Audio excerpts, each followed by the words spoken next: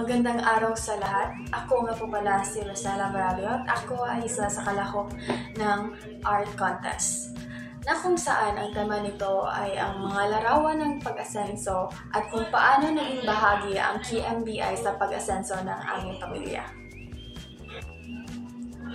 Ito nga po pala ang aking likha na kung saan ito ay isang poster art o traditional na poster art na kung saan ang aking ginamit ay yung oil pastel at para naman sa mga outline na black ay ginamit ko ay ang acrylic paint.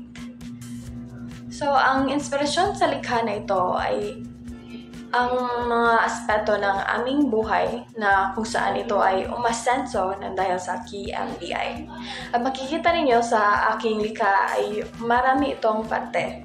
So, mayroon tayong 5 division ng larawan. So, 1, 2, 3, 4, 5. At yung nasa sentro naman ay sumisimbolo ng aming pamilya.